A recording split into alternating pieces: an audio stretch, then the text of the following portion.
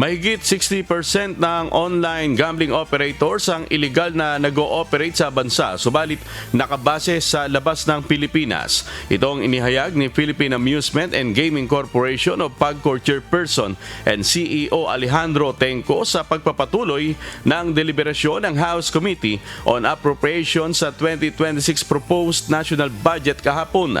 Umaapila ang PAGCOR sa Kongreso na magpasa ng panukalang batas para sugpuin ang illegal online gambling sites. Gate ni PAGCOR Chairman, wala silang kapangyarihan na magpasara sa illegal online gambling sites.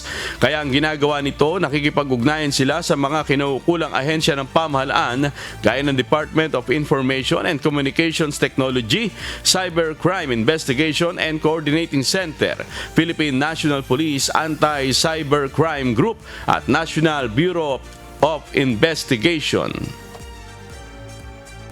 Online gambling has become an epidemic in this country.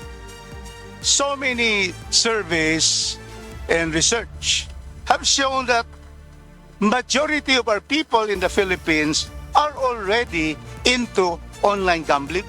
Sa PAGCOR sa pangkasalukuyan, ang posisyon namin ay stricter regulation ang paniwala namin sapagkat sa akin pong paniwala at sa paniwala po ng pamunuan ng PAGCOR sa pangkasalukuyan, maski po sa magkaroon ng total ban, tuloy din po ang illegal gambling at ang masakit po ron ay lalong malululo ng Pilipino dahil walang proteksyon ang mga manunugal kung sakaling total ban na po yan at higit pa ron ay wala pong papasok na revenue talaga sa ating pamahalaan.